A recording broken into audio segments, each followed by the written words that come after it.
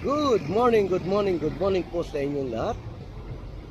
Ngayon po ay araw ng Sabado, October 4, 2025. Muli, nagbabalik tayo dito po sa kahabaan po ng Divisoria.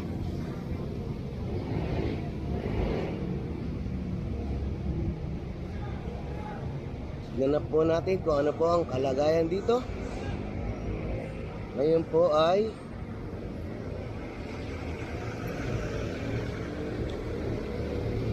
hinahakot po ng Lenel ang natitirang mga tambak na basura rito.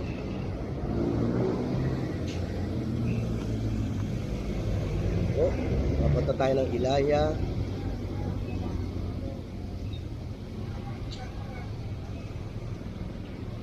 Tignan natin ang sitwasyon dito.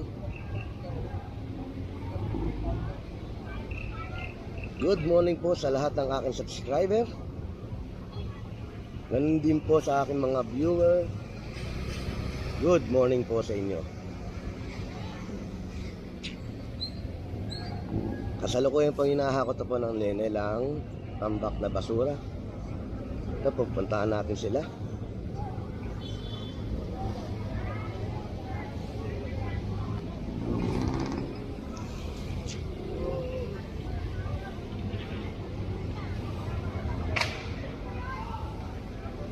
Ngayon, konti na lang po ang natitirang basura rito. Ayan po. Ito rin po ang mga masisipsip nating mangwawalis dito sa Divisoria, ang DP sweeper. Ganun din po ang mga masisipag din nating mga Lenel na patuloy na hinahakot ang mga basura rito. Shoutout po sa lahat ng subscriber.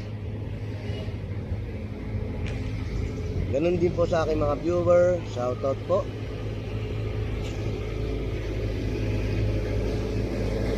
Ngayon po ginagawa ng maliit na loader ng Lenel.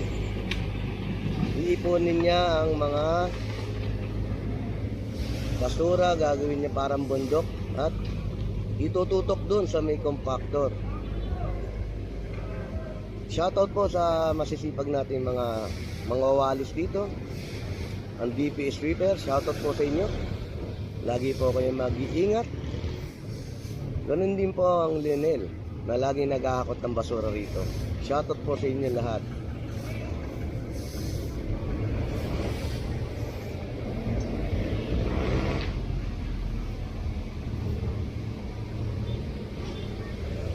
Kung bago ka lang po sa aking channel, please like and share and subscribe para po meron po kayong latest update dito sa kahabaan po ng Divisoria.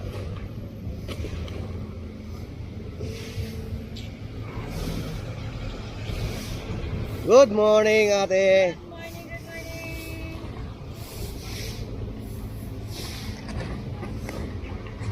Tahan natin ang Lenel. Ito po.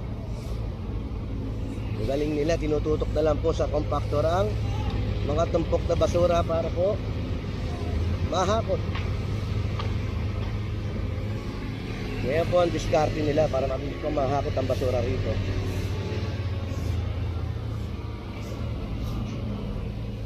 Konti na lang po ay matatapos na po ito.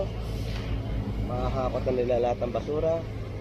Papunta tayo rito sa may Carmen Planas.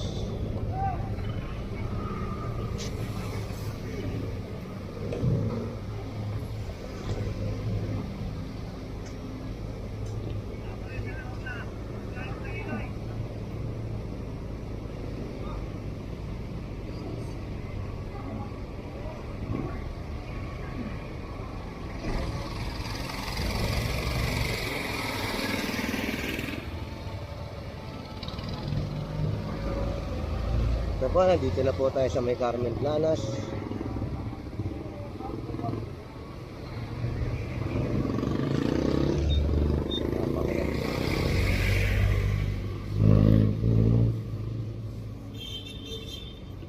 Punta tayo sa Santo Cristo. Ito mong nasa mga gilid-gilid na po ito. ay hahakotin din po ng Lenel yan. Konti na lang po yan. Ginawa po ng ating DP sweeper ay tinumpok dito sa gilid para pagkatapos po ay hahakotin na ng Lenel.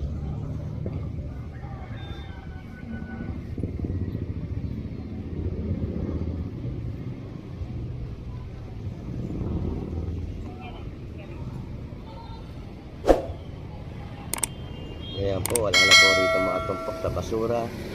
Nandun na lang po ang tumpok na basura sa kalagitnaan po ng Ilaya at Carmen Planas.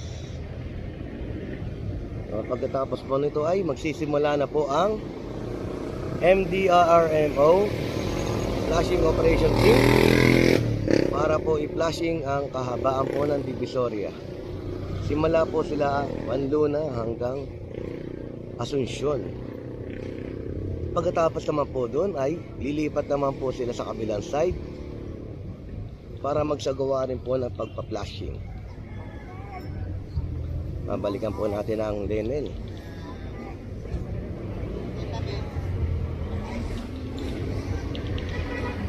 Mas konti na lang po ang natitirang tumpok na basura. At mamaya po ay magbibigay na po ng hudyat ang team leader po ng flushing operation para po simulan na po nilang mag-flushing. Sa akin pong mga viewers, please panoorin niyo po hanggang dulo ang vlog na ito para makita niyo po ang resulta kung gaano na po kalinis, maaliwalas ang kahabaan po ng Divisoria.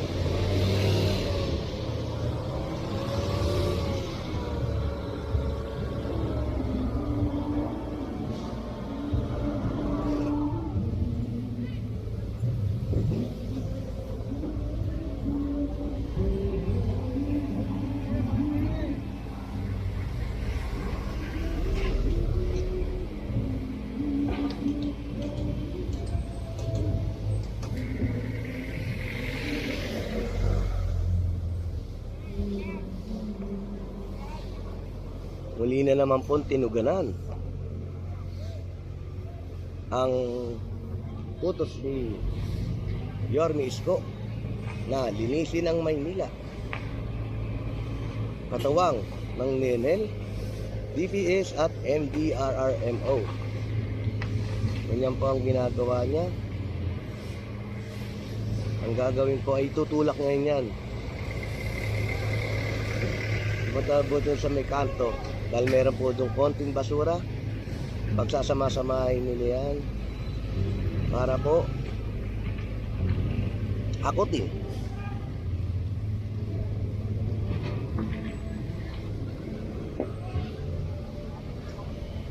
Muli po, kung bago ka po sa aking channel, please like, share, and subscribe.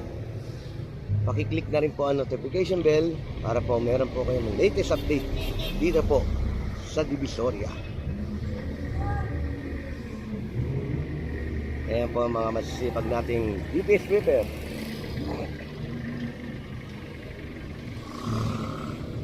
Winawalis na lang po nila ang mga miss-miss.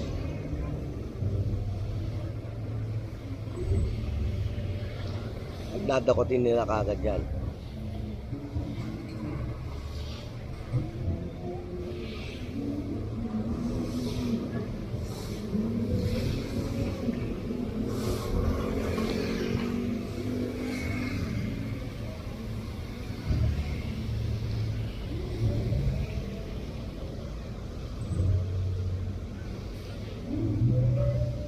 Shoutout po pala sa kababayan nating mga OFW.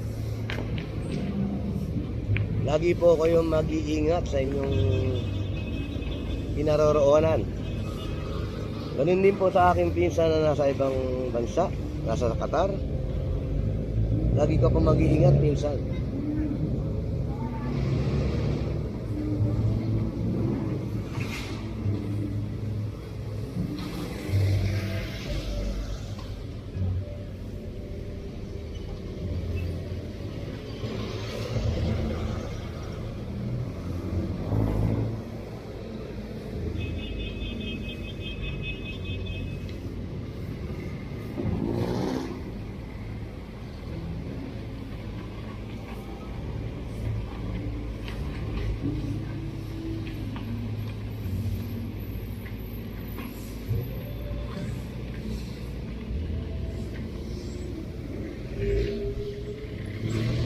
Muli po, maraming salamat po sa inyong pagsubaybay.